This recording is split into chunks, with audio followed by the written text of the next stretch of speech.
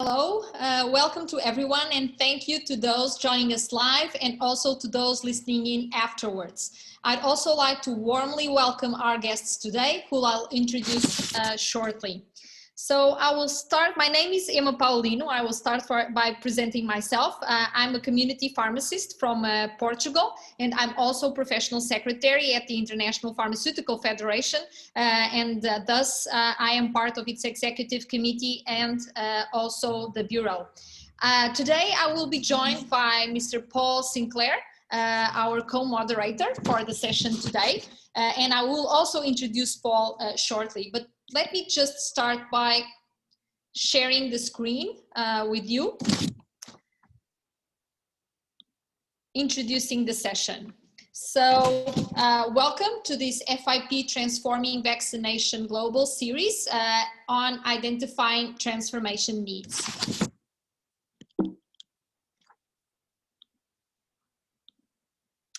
So I will make a few short announcements for the webinar today. So this webinar is being recorded and live streamed via Facebook. The recording will be freely made available on our website, which is www.fip.org. You may also ask questions using the question box provided. You are welcome to provide feedback also to webinars@fip.org. And you are obviously also very welcome to become a member of the International Pharmaceutical Federation via the link which you can see in the slide below. So as I've mentioned before, I will be the moderator for the session today, and I will be joined by Paul Sinclair. Paul Sinclair is the FIP chair of the Board of Pharmaceutical Practice at FIP, and I will introduce him shortly. He's an experienced community pharmacist and pharmacy owner living and practicing in Sydney, Australia. Paul is the current chairman of the FIP Board of Pharmaceutical Practice and is immediate past president of the FIP Community Pharmacy section. Paul is a current elected member of the Pharmacy Council of New South Wales, the professional regulator. Paul has had a long-term involvement with the Pharmacy Guild of Australia, being a past president of the New South Wales branch and a past national vice president. In this capacity, he was responsible for much of the advocacy with the New South Wales government, which saw legislative changes allowing pharmacists to vaccinate in their pharmacies. Pharmacists now offer a wide range of vaccines delivered in their pharmacies. So Paul is an excellent person to have as our co-host today, and he will join us also in the Q&A session. So, as I've said, welcome to the Transforming Vaccination Regionally and Globally program.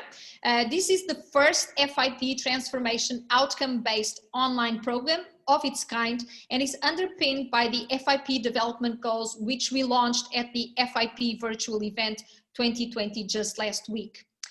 So the final outcome of the program will be a historic global FIP commitment to action on vaccination in pharmacy. This will be produced in 2021. So the digital program will have a number of series, and we are in series number 1, identifying transformation needs, and this will be followed by setting transformative goals and committing to transformation. And this is our roadmap from September to December this year. You have in this slide some important links and resources on our transformation program. So we have a dedicated website, which is transformingvaccination.fip.org, where you will find information about the series and also how you can register on the different events. You can also engage with us and help us answer the following questions. What single factor should be prioritized to transform pharmacy vaccination services globally and regionally? What would be the most important achievement in terms of pharmacy vaccination services in your country in the next 5 years? And what else should the FIP commitment to action outline? We welcome your comments, either using the chat box during this session or sending us an email with your views on this subject. So for today's session, we have one specific learning objective, which is to define and quantify the workforce development needed to empower pharmacists to deliver successful vaccination programs. We also want to define and quantify the barriers that prevent pharmacists from contributing to vaccination. Obviously, what we would like to accomplish is that we then get some information deliver in order to facilitate immunization services implementation in the different regions and countries. So, and with us today, we will have several speakers who will help us answer these questions and hopefully also answer some of your questions. And the first person I would like to introduce is Dalia Dawood. Thank you very much, Dalia, for being with us today. Dalia holds a position as Associate Professor in Pharmacoeconomics at the Faculty of Pharmacy in Cairo University and is a scientific advisor at the National Institute for Health and Care Excellence in the UK. She completed her PhD in Pharmaceutical Policy and Economics at King's College London. Her research expertise spans health economics and health policy research with particular focus on economic evaluations of pharmaceutical products and services and health technology assessment. Dalia is well published in these areas and currently serves as Associate Editor with 2 top Elsevier journals, Value in Health and Research in Social and Administrative Pharmacy. It is our pleasure and honor to welcome Dalia Dawood, and I will give the floor to Dalia for her presentation. Thank you. Thanks a lot, Emma, for the introduction, and I'm delighted to be here with you today and with Paul and my co-speakers and to participate in this very important initiative from FIB that is starting on transforming vaccination both locally, globally and locally. I thought I would focus on my area of expertise, which is the economic considerations for transforming vaccination and increasing pharmacy-based vaccination coverage. So I'll start on the next slide by having just a quick background on vaccine preventable diseases and how they actually have a significant health, economic, and social impact. Yet vaccinations are underutilized around the world. So in 2015, for example, in the USA, we had for only 10 vaccine preventable diseases, for adult vaccine preventable diseases, the economic cost to the USA was approximately 9 billion. So it's a huge economic cost around the world, not only for single countries. And there are particular groups of population that are under vaccinated or are actually not covered by the vaccination as they should. And these groups are difficult to reach for different reasons. So for example, older adults who are between 40 and 64 years of age. And also vaccination generally in lower and middle income countries is underutilized.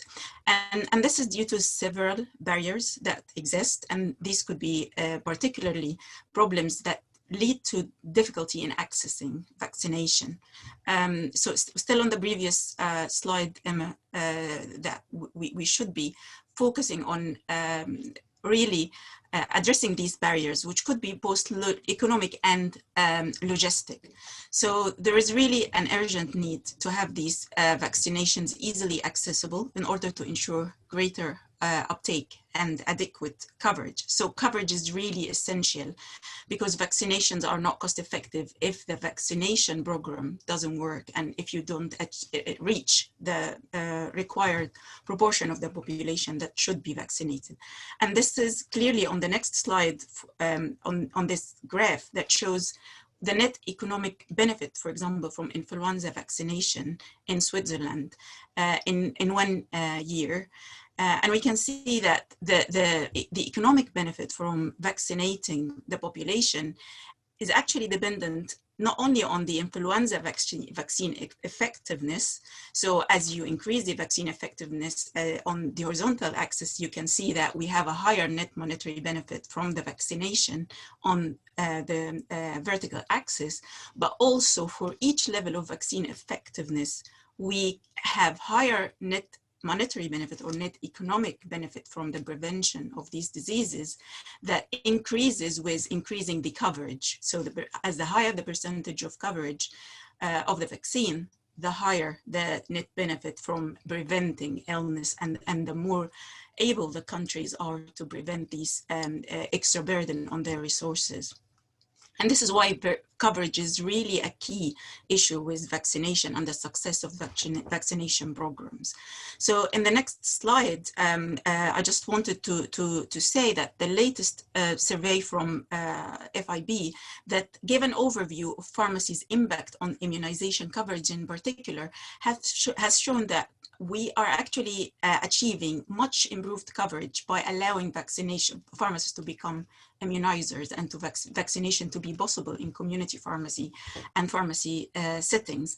And this is particularly because of the ease of accessibility. So pharmacies are easily accessible, as we all know, to all ages, and the opening hours are much more convenient for many, especially those in the working age. So pharmacies are available and open during the evenings, during weekends, and there's no need to make appointments. So this ease of accessibility really enhances the ability of pharmacies to achieve this improved coverage. And not only that, but they are safe environments for consumers or for people to receive their vaccinations, with the availability of the trained, skilled pharmacists and pharmacy professionals who are able to administer the vaccinations in a safe way, and to ensure that any possible adverse reactions are catered for and monitored in the pharmacy and beyond. But also because the service in the pharmacy also offered the service in a cost-effective manner. So it really represents value for money. So we could see that the average cost of adult vaccination was lower in pharmacies compared with physician offices, for example, in the USA, but by a percentage of around 11 to 26%. So actually, it's a very it's a service that offers a high value for money, improving coverage, and at the same time at a reduced cost.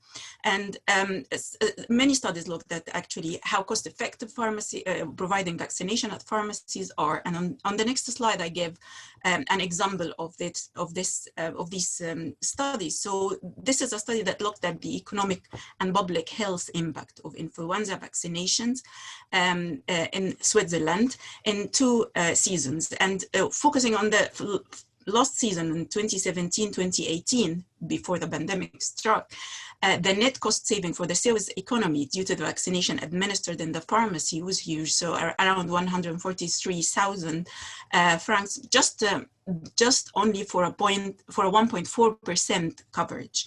So if you extrapolate that to vaccinating coverage rate of 50%, if you cover 50% of the population with a vaccine efficacy of around only 70%, they could save the Swiss economy a massive 18.4 million annually. And this even comes from the reduced number of cases. So the cases of illnesses are reduced, and hence you have reduction in the visits to primary care physicians, hospitalization, length of stay, and of course the deaths is prevented from influenza. And not only that, but also pharmacies are very innovative in terms of what value-added services they also include when they provide these services to the population. So on the next slide, we can see an example of a study that really looked at a very innovative way of targeting those who are most in need for vaccination. So in the USA, as you know, it's mainly an insurance-based market. So those who are not insured actually have difficulty accessing services, and it's very difficult to achieve higher vaccination coverage in this group of the population. So a pharmacy-led collaboration with a local community-based organization was actually trialed, where it promoted immunization in this particular at-risk group or or hard to reach group through distributing vouchers for no-cost flu vaccination. And this turned out to be very highly effective in terms of positive outcomes on morbidity, mortality, and cost saving, resulting in potentially averting over almost 25,000 cases within a couple of seasons, and reducing, of course, the number of ambulatory care visits, hospitalization, deaths, and up to 19.5 million in societal cost saving. So obviously, it's a hugely beneficial service, a cost-effective service from the strategic point of view and to the healthcare payers and the decision makers on the local and the national level. But it has to be a win-win situation for pharmacists to be able to continue providing the services. And this is why economic considerations that I tried to summarize on the next slide are very important to be taken into account and could be considered as really barriers to some pharmacies in establishing a vaccination service, or some countries in bringing these vaccination services to be implemented to a wider population group. So we have the staffing costs. We have to consider the service setup and running. For example, staffing costs, how you are going to train the staff who are going to provide these vaccination services until we have this embedded in the undergraduate curriculum. This has to be done on a continuous professional development basis. Pharmacies that didn't include vaccination or don't have consultation rooms has to consider space and utilities required. You also need to factor in the costs of the equipment and the supplies required to provide the service. And this is not only the vaccines but themselves, but also any other supplies that you require. If you require syringes, if you require sharp bins for safe waste disposal, if you require to have to upgrade storage facilities or even provide more adequate storage facilities. Other costs that should be taken, or economic consideration that should be taken into account as well, is that you have a program of providing this service, and you need to have advertising and communication and advocacy for patients to ensure that you already have the required footfall to make the service really profitable for the pharmacy and sustainable, as we will see. But also pharmacists have to take into account the time required for record keeping, for example, pharmacovigilance and reporting any adverse events, and also service evaluation that will be covered in the next two presentations as well. So these are actually the basics that we need to consider from an economic overview, but key to these all feed into the discussion around remuneration, and remuneration is very important for the viability of these services and their provision in pharmacists. As I say on my next slide, remuneration is actually, reimbursement is a key for sustainability of providing these services. And unfortunately, there are different models across the world, and the latest FIB survey have shown that the majority for payment for the vaccination is done by customers in the pharmacies, but where it's reimbursed by health systems, it is divided between the public and private health system. So there's no standard way of reimbursement of these services. The most commonly used model is a fee for service, but there are other models out there, and some innovative models are coming also, including, for example, outcomes-based or value-based models for payments that would incentivize pharmacists. The higher the coverage they manage to achieve, the higher the percentage of the saving achieved that could be paid to the pharmacist or reimbursed to the pharmacist. So there is a huge range of reimbursement models, and we really need to standardize these to make the service viable. But all respondents to the survey, for example, confirmed that it is really important to, reimbursement is really important in the sustainability of the service. And this is almost 80% of the respondents said that reimbursement is a key factor.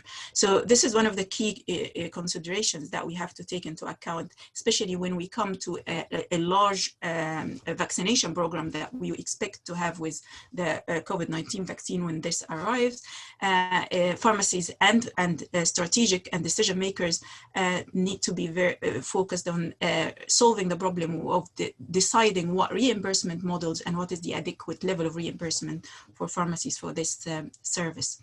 So this was a whistle-blow tour in the economic considerations, and I would be happy to take any questions later, and I hand it back to you, Emma and Bo. Thank you.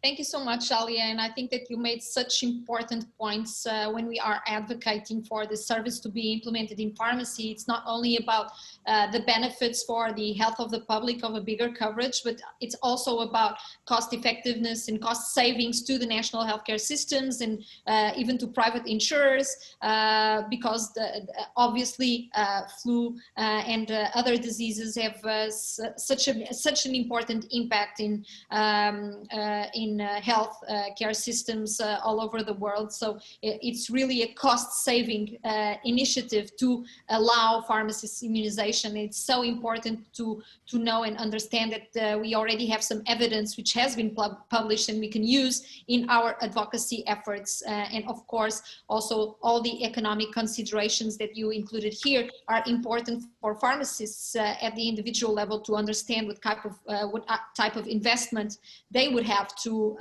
make in order to establish such a service in their practice, which is so important to then discuss the reimbursement and the type of reimbursement model that has to be in place to ensure sustainability of the service. So thank you so much. There is so much we can discuss about your presentation. We will leave it for the Q&A part of the session.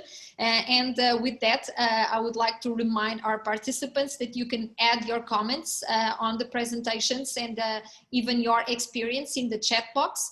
And please use the Q&A box, which is a different one, to put any questions that you would like our panel to answer during the Q&A session.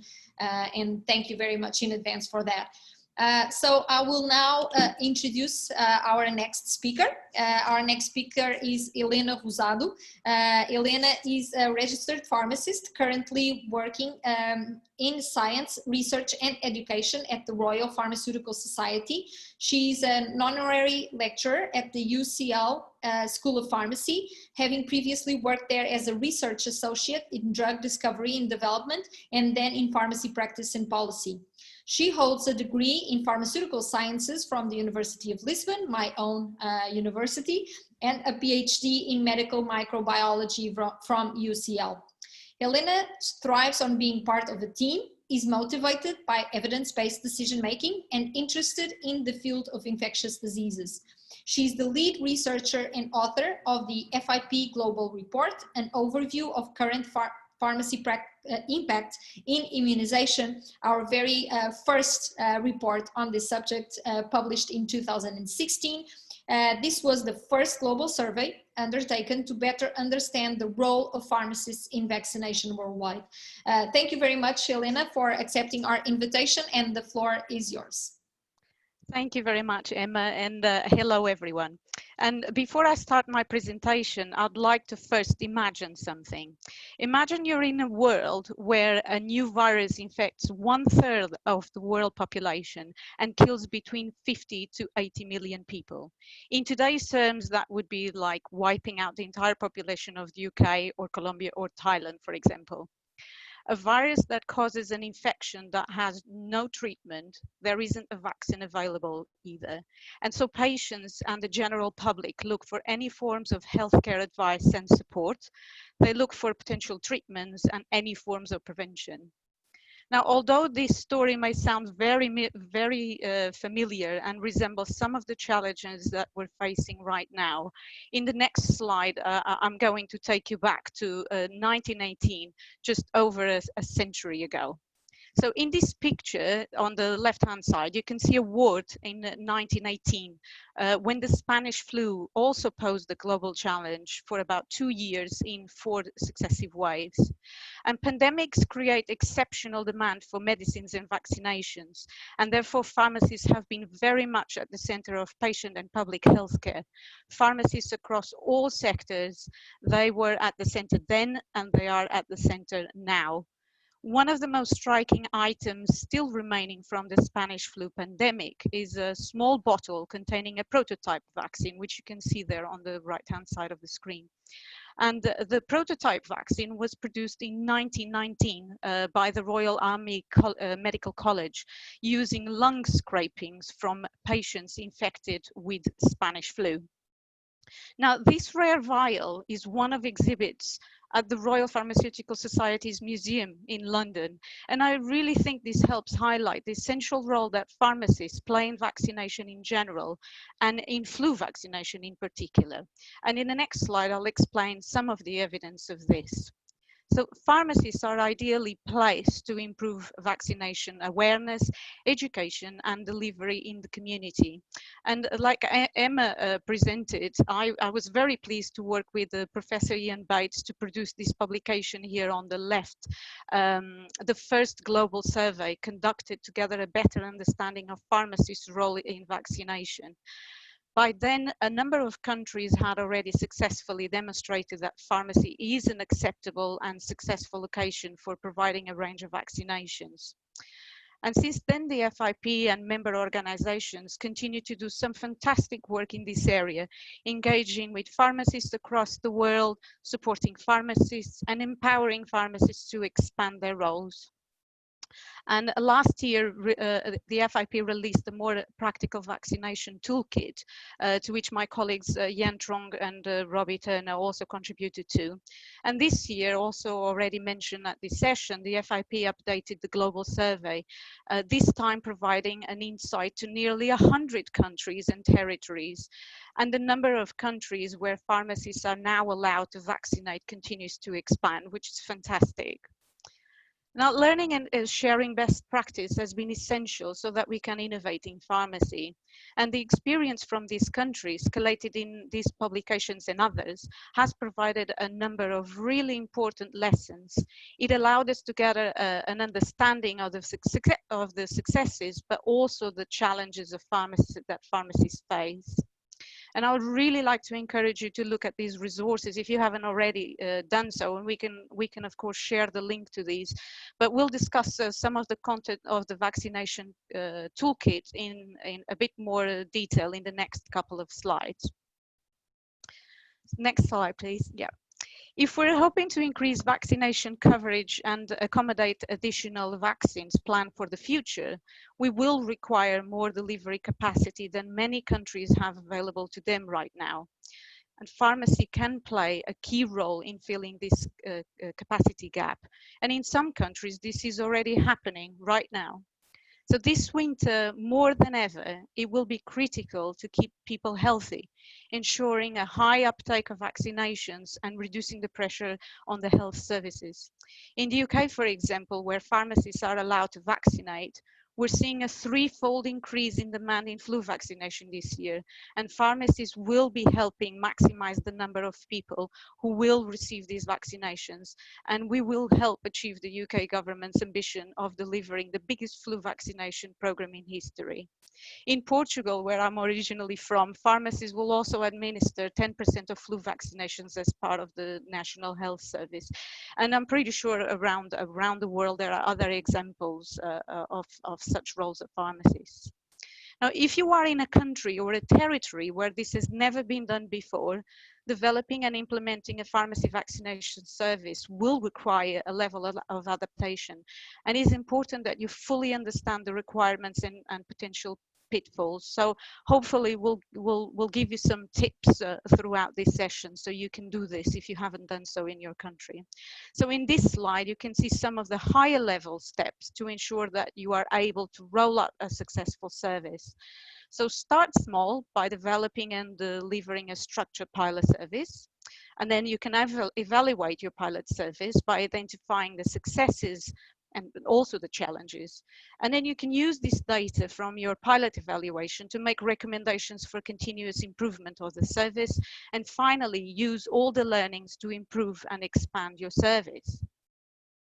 Now, in the next slide, we'll go through some of the more practical aspects in a bit more detail. And this relates as well with Dalia's and Sophia's presentation, because it's a more practical approach of what you need to do to set up this service if it's not yet available in your countries. Now, I previously mentioned the FIP toolkit launch last year. This year, the FIP has also launched a shorter version of the toolkit called Give It a Shot, which is there on the left-hand side of the screen.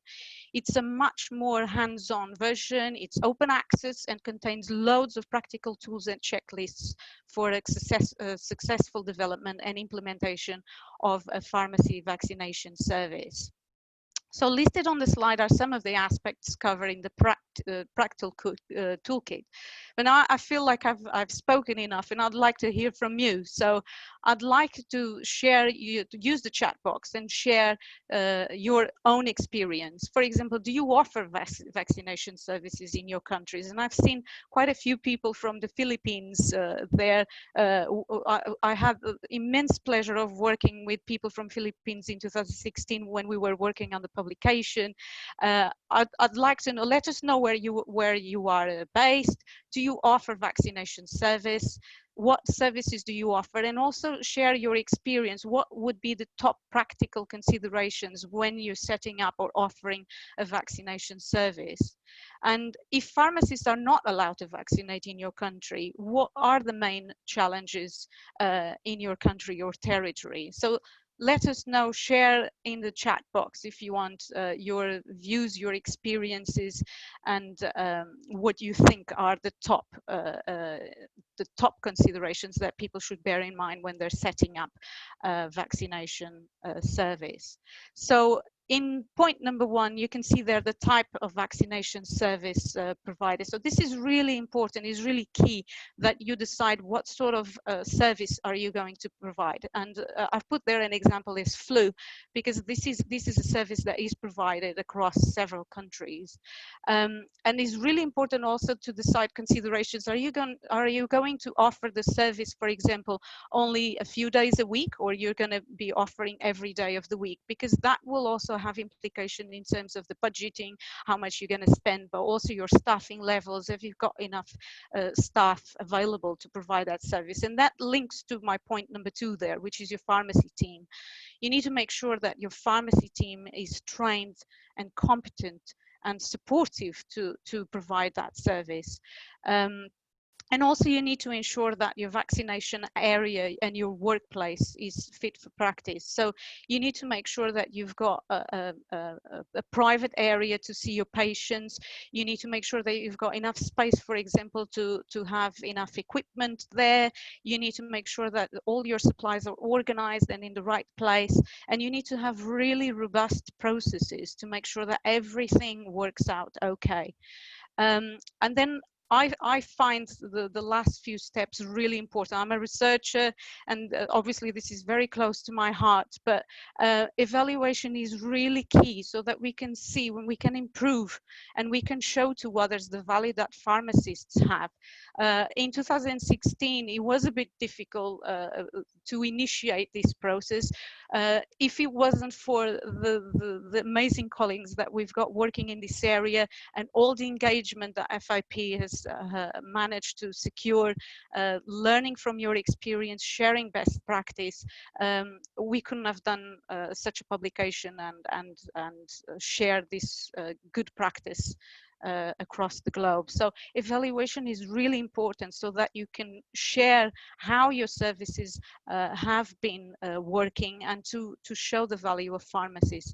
And then with this evidence that we've got, we could use this evidence to show to others and implement the service wider in your country as well. So for example, if you start small and you do a flu pilot and then it works well, you could potentially consider either offering that flu service more frequently or expand it to offer other vaccination services. I can see people commenting on the chat box. Training and equipment availability is really important, and how to deal with the vaccination reactions, which is an excellent point. So the training for pharmacists, for example, includes as well the management of adverse reactions and also anaphylaxis. So this is really important to consider, that your pharmacy team is completely well aware of what could happen and how they need to react in a situation of emergency. So thank you very much for your comments there in the chat box. Now, thank you for sharing this. And in the next slide, I would just like to finish my presentation with a final thought. And Emma, next slide, please. Yeah, so if we want to empower pharmacists and remove barriers, we need to continue developing as pharmacists, but we also need to continue developing the way we think and the way we practice. So sharing best practice is essential so we can learn from others and so that we can continue developing and advance our profession. And I cannot stress out enough the importance of evaluating our service. And I know I mentioned this again, but I will do again. Researching new ways to improve and to innovate and to show the value and the impact of our profession.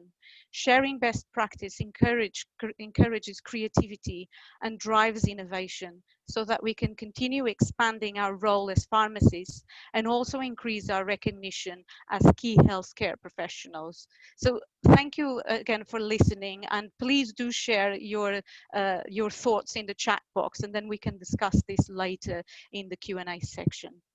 Thank you very much. Thank you so much, Elena, and thank you not only for your role in this session, but also in your role in the report and being so aware of what has happened and how we can facilitate, because this is the most important thing, and this is what really is the biggest advantage of having an international platform like FIP, is that you can collect all these evidence coming from different places and territories, and then collect that evidence in order to provide a roadmap for others who would like to share the same journey. So thank you so much for your involvement in this work, and congratulations for all the achievements. And I know, because we discussed it before, you were so much into basic science, and then you really thought that without the practice part of it, the implementation, science was just science for the sake of it. And I know that you really enjoy seeing how the implementation goes, and how much evidence has an impact in terms of facilitating implementation. So thank you very much for that. And I'm sure we will be able to exchange some additional views during the discussion part. Thank you again. So I will now proceed with presenting the next and final speaker for today. So our next speaker is Sofia Segura. So Sofia has a PharmD Master degree in Pharmacology and Drug Management from the University of Costa Rica. Currently, she's studying the master's degree in social gerontology at the Ibero-American International University. She's a professor at the School of Medicine of the University of Costa Rica for more than 10 years, where she has directed several projects related to responsible use of medicines in the elderly population and their caregivers.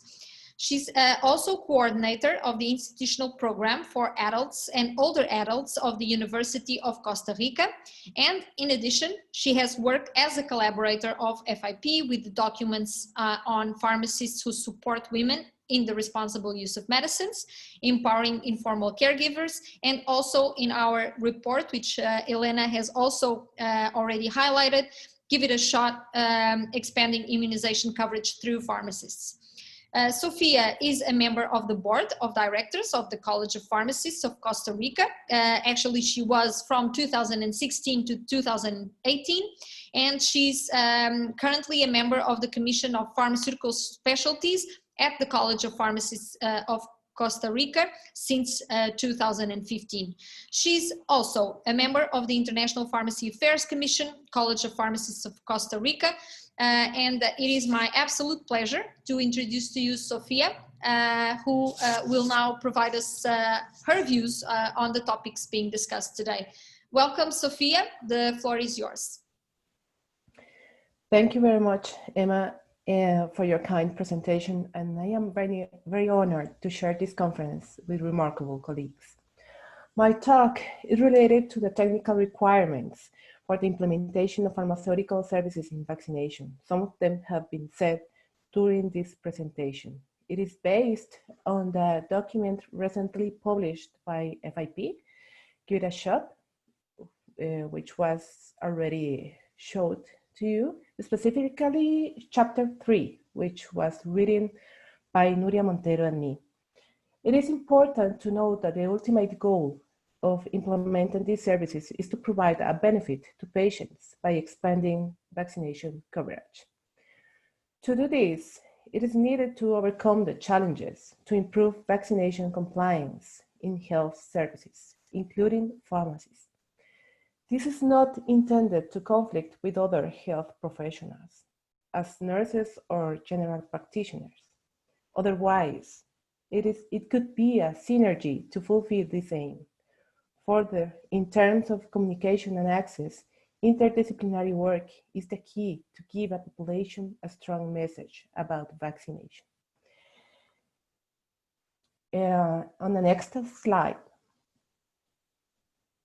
I would like to emphasize the following points related to the social function of pharmacies around the world. First, in some countries, pharmacies are the first point of contact with the health system. And finally, the aim of them is to provide services opportunely for users. So, the pharmacist has the role of advising patients and is usually the closest professional to them. Second, pharmacy services are diverse throughout the world, but pharmaceutical practice has common principles. However, the way they function and the services they provide differ remarkably.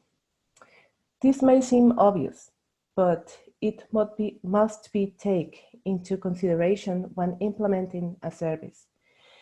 In addition, vaccination services must be consistent with the pharmacist's academic formation and the pharmacist's capability to provide the service.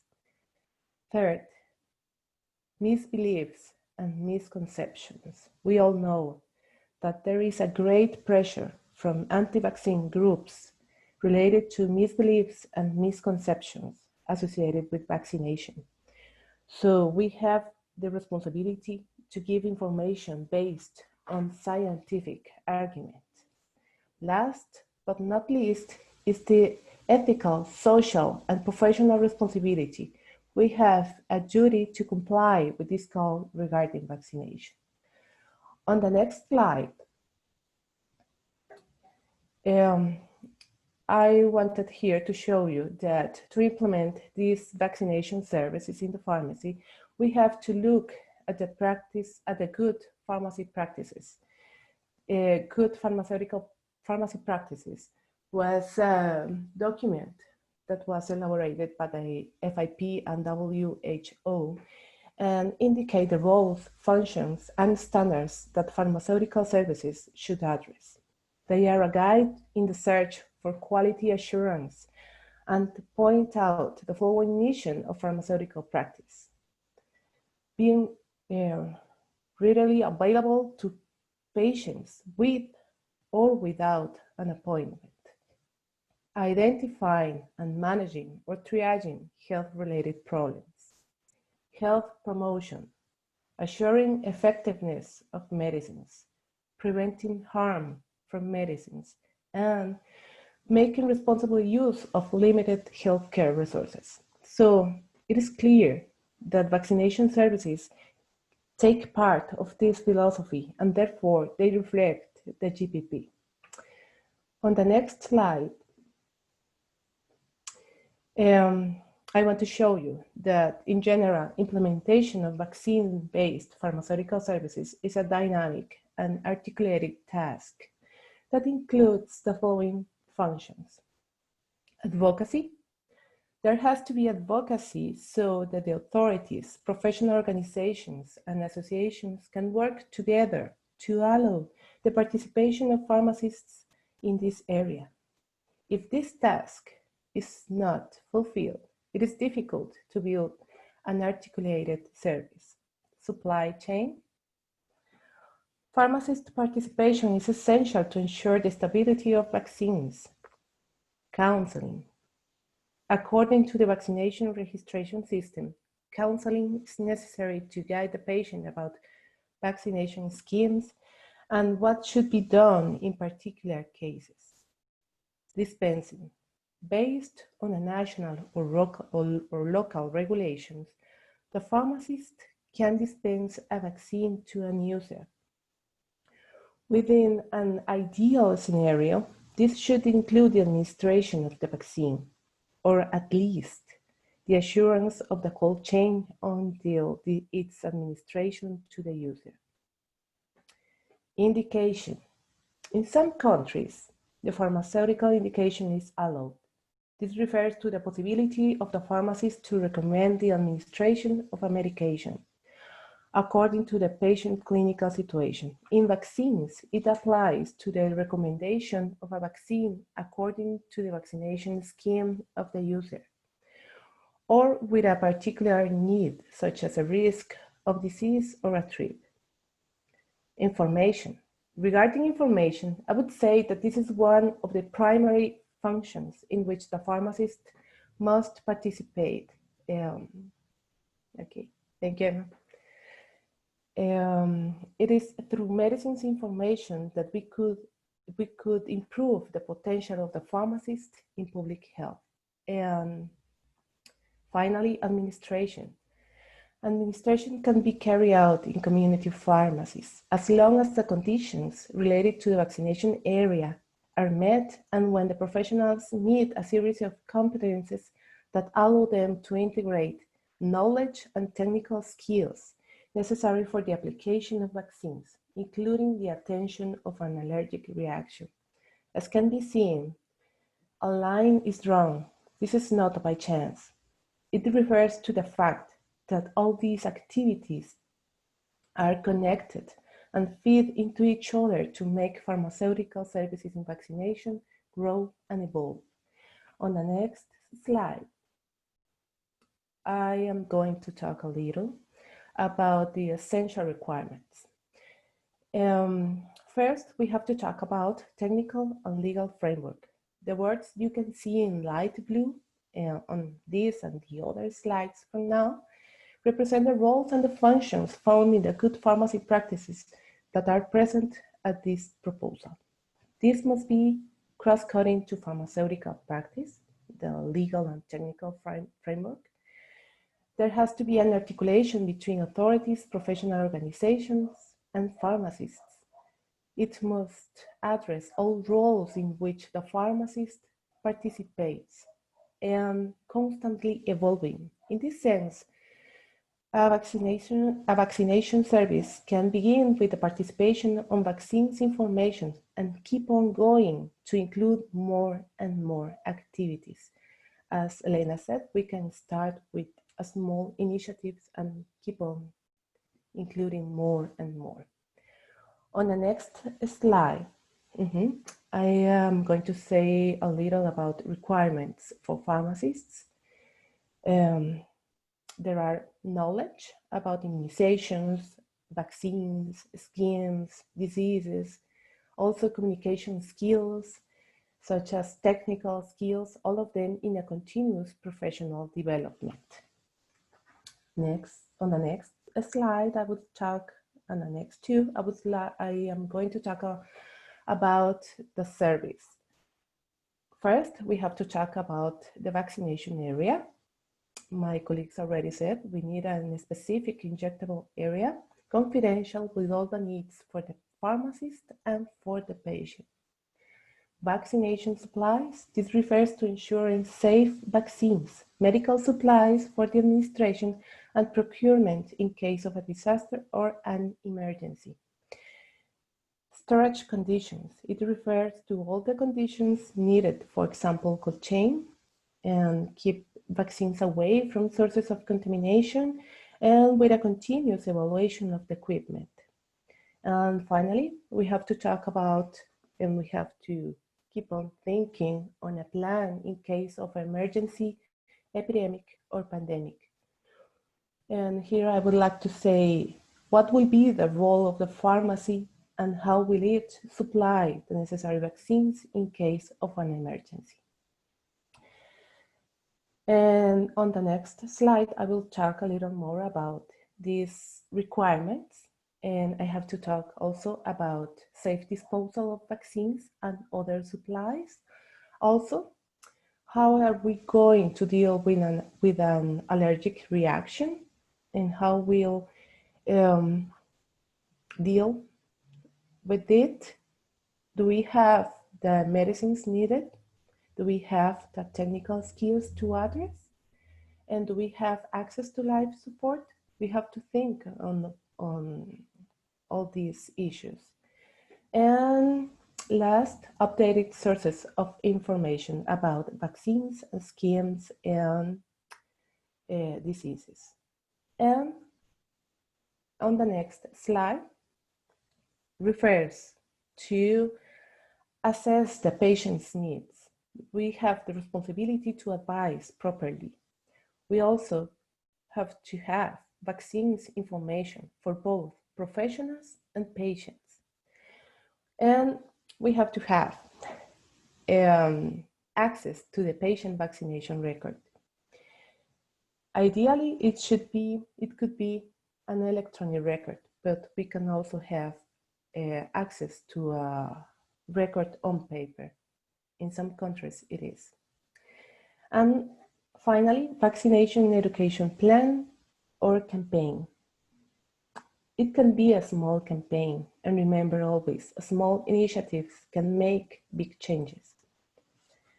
And on the next slide, I would like to conclude with the following points. Vaccination services in community pharmacies play an important role in public health. Each country must define the opportunities and the necessary strategy to promote vaccination in pharmacies. There must be an articulation of initiatives to have a coherent vaccination service in pharmacies. And also, good pharmacy practices help to define a pharmacy vaccination service. I would like to conclude with a final thought.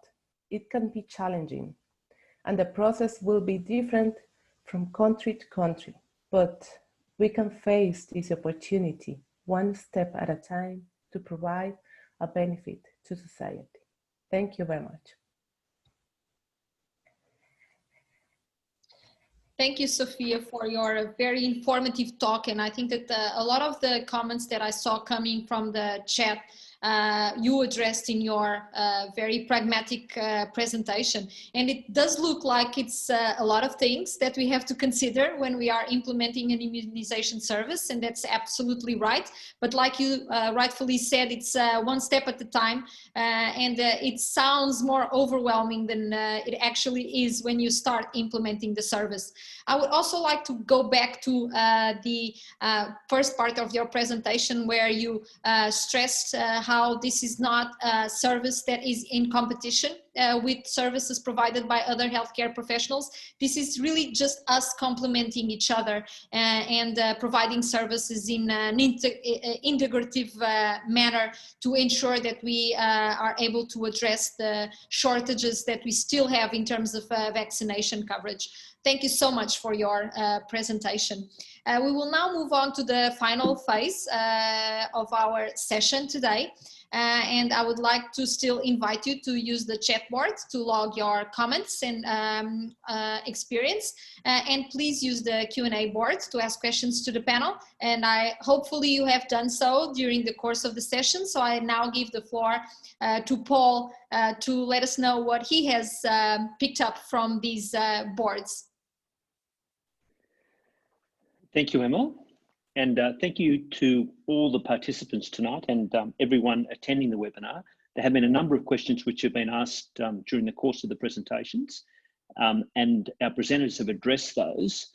So I think I might just dwell on a couple of key takeouts from the presentations, because I think in particular, in each of the presentations, Dalia focused on the health economics, the cost-benefit analysis, which I think is quite often understated, but can be the main driver for provision and support by legislators for the service to be provided within a country. So I think we shouldn't underestimate the fact that there are significant benefits both for the payers as well as for the communities, as well as the professional rewards that come with providing such a service. Helena dwelt on and highlighted the evaluation is so important, and everything should start with a trial. You don't have to conquer the world when delivering vaccine services, and every journey starts with a very small step. So you should focus on what you can deliver. You should then assess and evaluate what you've delivered, and the basis of that assessment and evaluation should be the platform which you then advocate for continued policy change, and hopefully you'll find a champion within the ranks of your parliamentarians or policy makers. And Sophia was quite correctly was talking about infrastructure requirements. If we are going to provide these services in a community pharmacy environment, we have to be credible, so that the experience for the patient has to be at least as good as they would receive in a clinic or in a doctor's surgery. So we need to replicate professional facilities in a professional services room within our pharmacies, which is very similar to the environment that people would experience if they're in a doctor's surgery. So credibility is extremely important, and that's achieved by providing a service which is evaluated. There is evidence to the value of what you're providing, and ultimately it is a win for both the health system, the community, and the profession. Thanks, Emma. Any comments from any of the panelists? So I just welcome just on those couple of takeouts.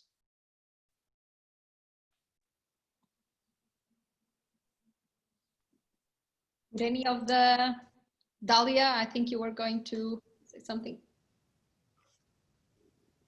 Yeah, thanks, Paul. That's an amazing summary of what we have all covered. And I do just want to stress the importance of the fact that our pharmacists are complementing existing services and are important to increase the coverage. And as we have seen, coverage is key for vaccination programs to be of any use. You could have a vaccine that is 100% effective, but if it doesn't reach the population that needs to be immunized, then the whole R&D development efforts and costs that have gone into this vaccination or developing this vaccine is not useful, and it's not really a value for money. So the role of pharmacists in achieving the coverage and increasing the coverage for vaccination is key.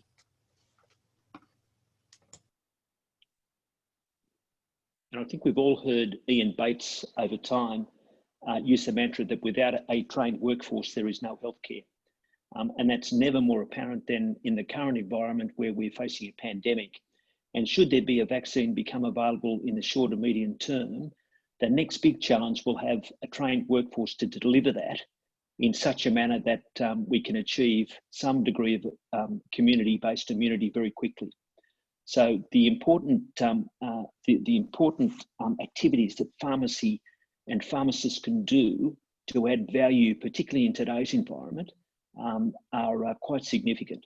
And that all starts with having a trained workforce, so that as well as advocating for the service, we need to advocate for our universities to upskill our graduates by including vaccination training within an undergraduate program.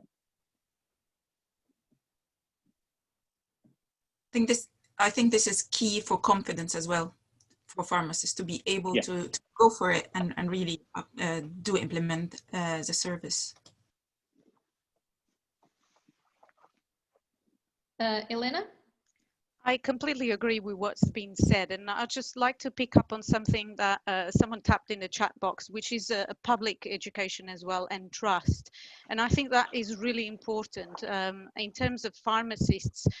A lot of pharmacies are already doing some work in vaccination. They may not be administering vaccinations per se, but they will be advising pharmacists. They will be seeing pharmacists very frequently and dealing with all their medication, and they have an opportunity to raise awareness of the importance of vaccination and try to demystify all the issues that we know they happen around vaccination. Someone has also commented about COVID, and I can understand now everything is about COVID and what happens if 80% of the population is infected.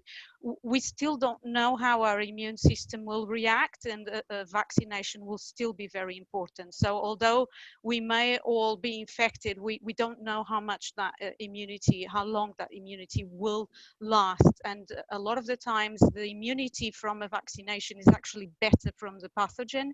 So we just have to hope that our scientific community will be able to find a good vaccination.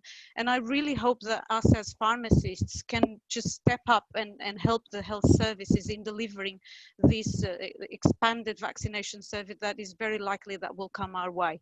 We are involved in flu vaccination, very much as I mentioned, in the UK and in Portugal. And actually, I think I heard news from Ireland that for the first time, pharmacists are allowed to vaccinate off-site, so they don't actually have to be in the pharmacy. And these are small steps, but huge steps for our pharmacy community. So just to add those points. Yes, and things are really evolving, and this COVID context has also accelerated some of the changes in some ways. And for instance, in Portugal, we've just given the right to dispense and administer a flu vaccine without a prescription. So you could say prescribing rights for pharmacists for flu shots during this at least during this context, and hopefully then it will serve as a pilot for future years in terms of the flu campaign every year. So things are changing quite a lot, and this context has accelerated some of those solutions. Sophia, I don't know if you would like to address some final words to our participants, reflections on the session. Yes. First, I have to say that I agree with all that have been said in this session. And I think that it is inspiring to see the experiences of other countries and keep on building advocacy at international level and also in national and local level. We have to keep on working and keep on talking. We have many differences between countries, but we can learn from other experiences and keep on building more and more activities. Thank you very much. That's exactly it. And we have one final question, which I would not like to finalize this webinar without addressing, which is the risks that pharmacists may be exposed while undertaking this role to provide the vaccination service. And it's really about, of course, there are always risks in terms of implementing a service, but it's more about what the patient might experience whilst being vaccinated. And we've talked about good training and preparation for pharmacists and pharmacy staff in case an emergency occurs. And that is obviously included in the training for pharmacists. And we have to ensure that we have the infrastructures and the equipment, and we know how to use the equipment and the medicines necessary if there is an emergency, as would other healthcare professionals in other facilities also face providing this same service. Paul, I don't know if you would like to address our participants for some final words before I close the session. Yes, thank you. And to each of our participants, a very big thank you. It's been a very thought-stimulating evening tonight. And I think back to a speech given by Michelle Bookman, who was a former president of FIP. And he was very strong that we should practice at the top of our license, whatever that might be. And I think as pharmacists, as health professionals, the challenge should always be to strive to practice with the strongest and broadest scope of practice that we can. And I'd just encourage all pharmacists to embrace the notion of vaccination, because it is such a significant value add to what we do every day, and it is a reasonably achievable thing for all of us to get accredited for, and the difference that can make is absolutely enormous. And I think that is one way in which we can practice at the top of our license, and that's something we should all strive to do and encourage our fellow professional pharmacists to do. Indeed, Paul. Thank you so much for that inspiring last thought. And I would just like to again thank not only you as co-moderator of this session, but also our panelists. And now just proceed with a final announcement. First and foremost, I would like to thank Pfizer for their support to this digital program series with an unrestricted. So thank you so much. I would like to invite you all to our next event in this series, which is still in series 1, episode 4. We are going to discuss barriers to uptake in terms of adherence, misinformation, and anti-science. And we know that vaccine hesitancy is a big issue nowadays with the spread of myths in social media. So we invite you to participate in this session on the 5th of October, 13 hours CEST. The chair will be our CEO, Dr. Catherine Duggan, and we will have Ross McKinnon, our new chair of the Board of Pharmaceutical Sciences, as co-moderator, and we will have Colin and Nikolai as speakers for this session. So we really welcome you to participate. I would like to finalize saying that, as we've mentioned at the beginning, this webinar recording will be available on our website, and we also invite you to provide us feedback about our webinars and how we can improve by addressing an email to webinars@fip.org. Thank you so very much, and good day to all of you. Thank you. Have a nice weekend. Bye.